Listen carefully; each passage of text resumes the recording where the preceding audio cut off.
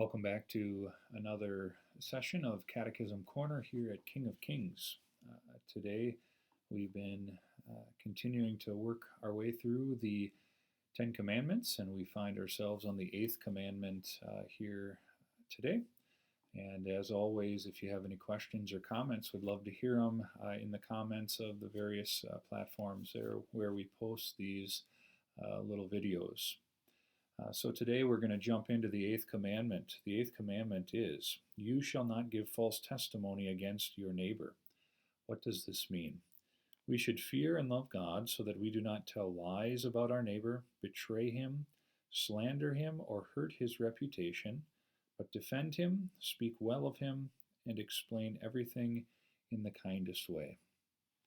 At the foundation of this commandment is the idea of speaking the truth. We never want to lie. We always want our words to be truthful. But this commandment goes beyond just telling the truth.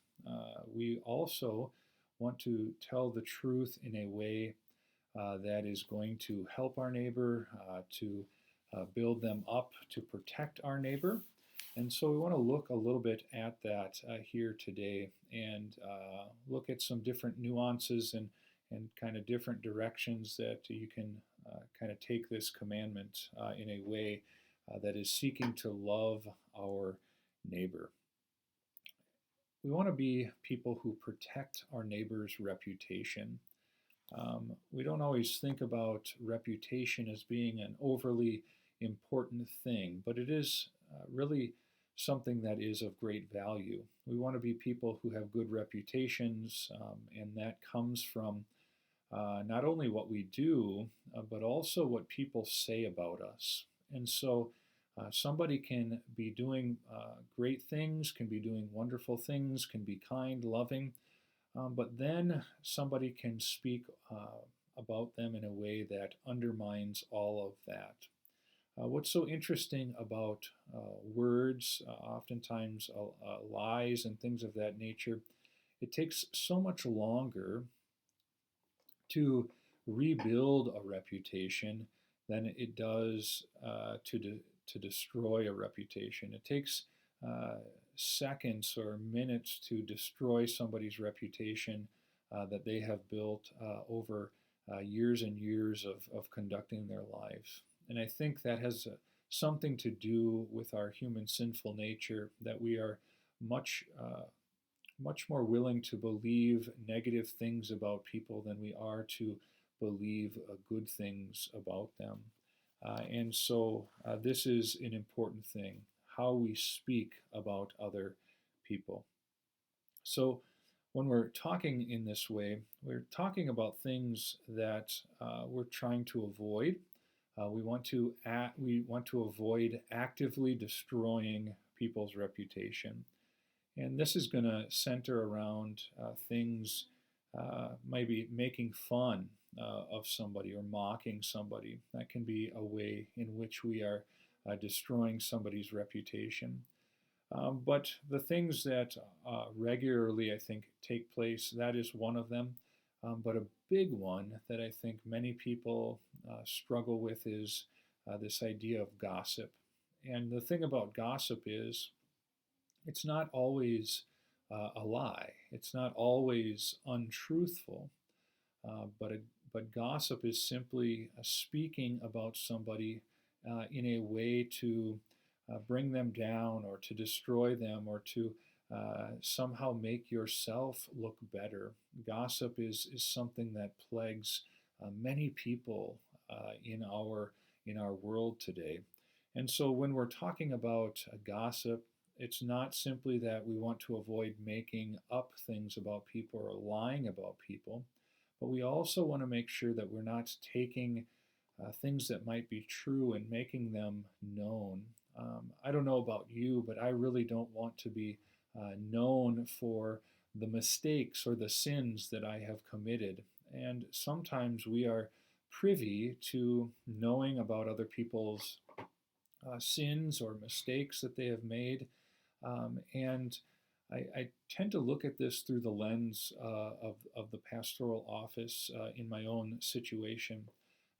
There are times when people will come in and take time to share struggles, share things, or to even confess their sins to receive absolution. Now, for the pastor, we have what is called the seal of the confessional, where things that we are told when people are confessing sins, we are bound to keep them to ourselves. So we are bound to that promise, and to violate that promise would cause one to be removed from the office of holy ministry. We don't talk about what is revealed to us, oftentimes just in general conversation or specifically in relationship to sins.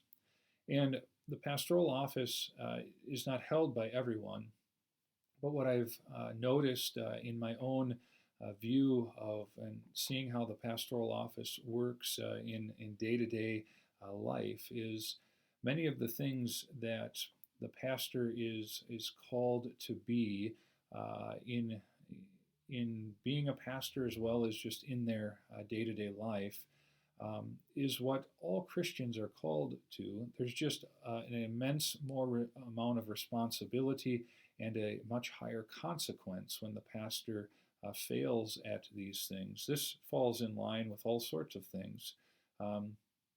Somebody who commits sexual immorality is might have shame, might have embarrassment, might have guilt associated with that, but they're not typically going to lose their job. The pastor, on the other hand, will, and so it's amplified. And so, in the relationship to this about trying to not make other people's sins known, I look at it through that lens. That's what the pastor is called to do. We hear confession. We hear the problems and struggles of people. We are bound to keep that to ourselves. But in the same way, the Christian is called to do the same thing. We are not seeking to destroy people. We are not seeking to embarrass people.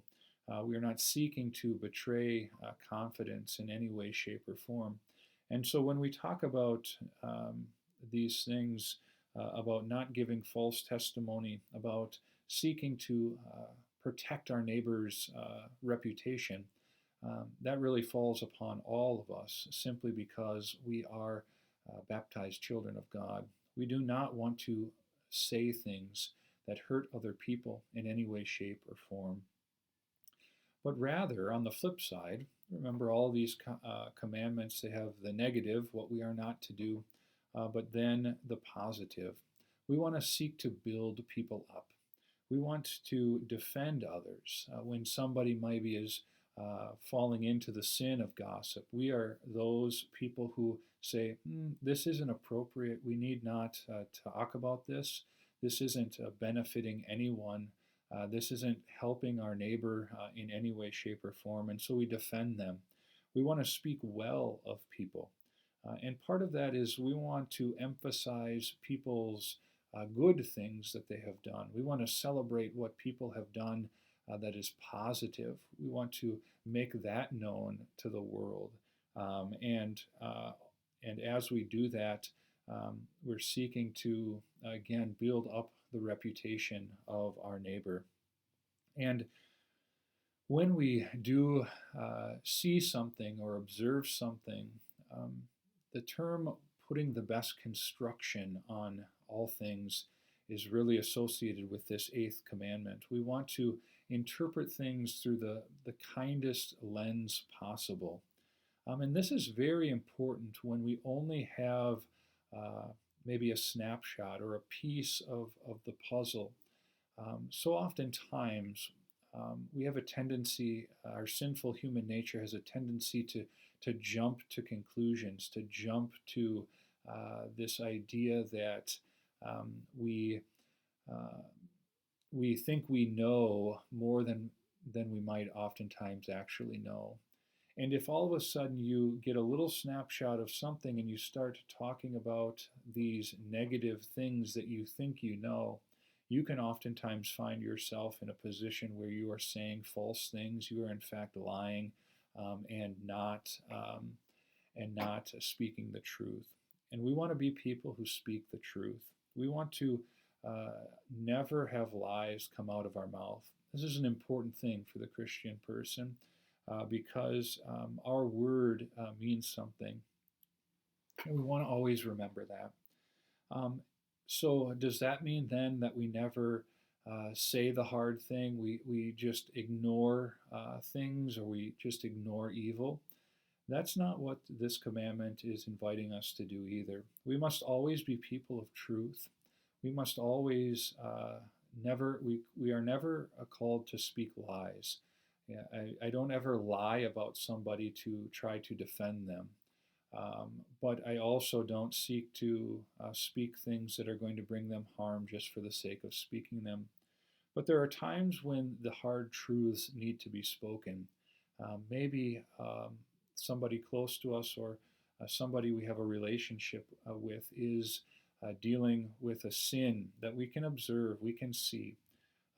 Now, we don't want to run to other people and talk about that, but sometimes we need to actually go to our neighbor, to our brother and sister in Christ, and say, this isn't good. This is counter to who we are as Christian people, and this is destroying you. It's going to destroy you. It's going to bring harm to you and to your faith and to the people around you. And so when we're addressing somebody's sin, it's always going to be in the context of that personal relationship where we're addressing it with the person. I don't take someone else's sin and go try to address it with somebody else in most circumstances. Now, there are times when we have to bring in other people, when other authorities might need to be brought in. That's a different situation. But we must always be seeking to speak the truth, and speaking the truth in love. And this can be hard. This, in fact, is very hard. In fact, it's much harder to tell somebody the truth than it is to talk about them to other people, even if those words are true, because those are uncomfortable conversations. Those are hard conversations, but they are loving conversations. And so when we're seeking to build up our neighbor's reputation, sometimes they need to hear that hard word. Sometimes they need to hear that the activities in their life are destructive and are counter to how we are called to live. There are so many places in our society that the Eighth Commandment comes into play. I think oftentimes in the older days, gossip was seen as something that happened around a cup of coffee, people talking about what's going on in town, talking about the rumors that are floating around. And that, of course, is still part of it. But with the advancement of technology in our world, one of the pitfalls and the rank violations of the Eighth Commandment that take place happen at the speed of light, really, in our day and age. Olden days, it took a while for a rumor to get around, maybe not that long. But what's so amazing is that with social media and things of that nature, somebody does something wrong, or somebody does something or says something, and millions of people can know about it in a matter of an instant. And that's quite a dangerous thing. What social media provides was intended to be a way to connect with other people. And as always, we see that our sinfulness takes what might have been good and it turns it into something negative. When we're on social media, you've probably read things about other people. In fact, that seems to be so much of what is out there. Maybe you've reposted something. Maybe you have shared something. Maybe these things are common practice. But I want us to think about what we are doing. How many of us know when we are reposting something whether or not it is true, whether or not there's a missing piece of important context to what we are posting? It's interesting that we might say, well, I saw a video of this, and so I know it's true. But maybe we didn't see what happened right before, or maybe we didn't see what happened right after. And so in doing these things, we end up destroying people's reputation by continuing to perpetuate these types of things. What is the goal when we are posting things on social media? Is it to help, or is it to destroy? Is it to win an argument? Is it to show that I am right by destroying another person's reputation? These are all things that we need to think about when we are living our life in our world. And so we should always, I would contend, be much slower on the reposting button or the share button, specifically when it is about other people, when it is seeking to win a political argument, win a moral argument. Always want to be careful with what we are posting and sharing. I think there's some direct application here because it's not seeking to help anybody. It's simply seeking oftentimes to destroy and tear down. And that's at its core what the eighth commandment is all about. When we say, you shall not give false testimony against your neighbor, we want to be people who speak the truth, but that truth should always be spoken hoping to love, hoping to build somebody up, hoping to care for another person, not seeking to make somebody look bad, make somebody feel less than type of thing. And so let's continue to be careful with how we conduct ourselves, not only with the words that we speak, but also with the words that we share, with the videos that we share, with the ideas that we share, and why we are seeking to do these things. Again, hopefully this is helpful to get you to think about some of these things. These are important things, and we want to be known as people who speak the truth in love, and who are seeking to care for our neighbors with the words that we speak. So may God bless you, and may you continue to study and go through the Catechism with us here at King of Kings. God's blessings.